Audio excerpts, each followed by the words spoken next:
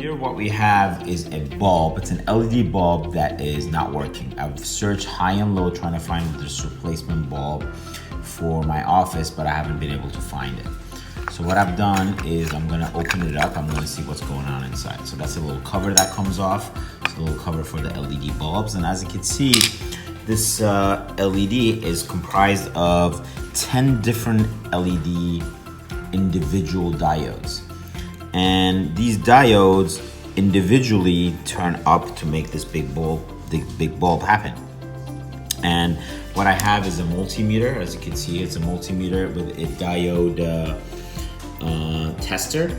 And with that, what we could do is we could find out which one of these actual LED diodes are working. And as you can see, this one is working, this one is working. I'm gonna go all around to see which one is working. And I've already cheated and I've already done this one time, so I know that this one is not working. So as you can see, the positive is red and this one is not working. This one is working. They're all working except for this one. So the answer is not to throw this thing out. And I've actually tried to throw it out, but I couldn't because I searched high and low. I cannot find this thing. So what you could do is you could replace this diode with a new one, as long as it's got the same. This one happens to be a 4000K diode. We can replace it with the same 4000K diode, or we could bypass it. I'm going to show you how to bypass it now.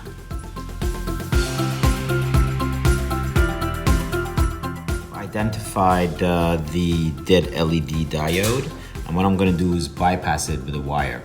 Now this wire is nothing but an actual tie, like a fastener tie that you find for your wires. And if you strip it, it's a perfect gauge for using this at home. So I'm gonna cut it to size, exactly to the size that I want, which is that.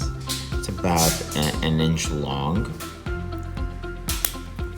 And then what I'm gonna do is get it all ready and bent, ready for placement in where we want it to be, which is right to bypass the two electrodes at the level of the diode. So we're just going to line it up that way perfectly, and while perfectly placed, I'm going to solder it in place like that. Get some good solder and solder away. Now I must say I'm an amateur solderer, so can't say that I'm really good at this. There we go, that looks good.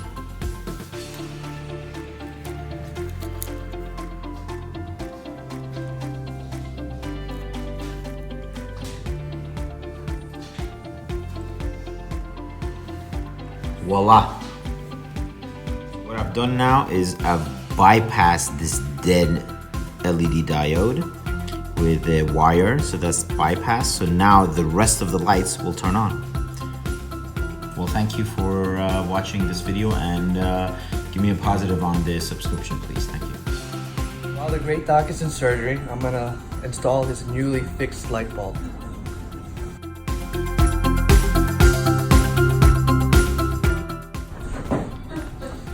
There, it works.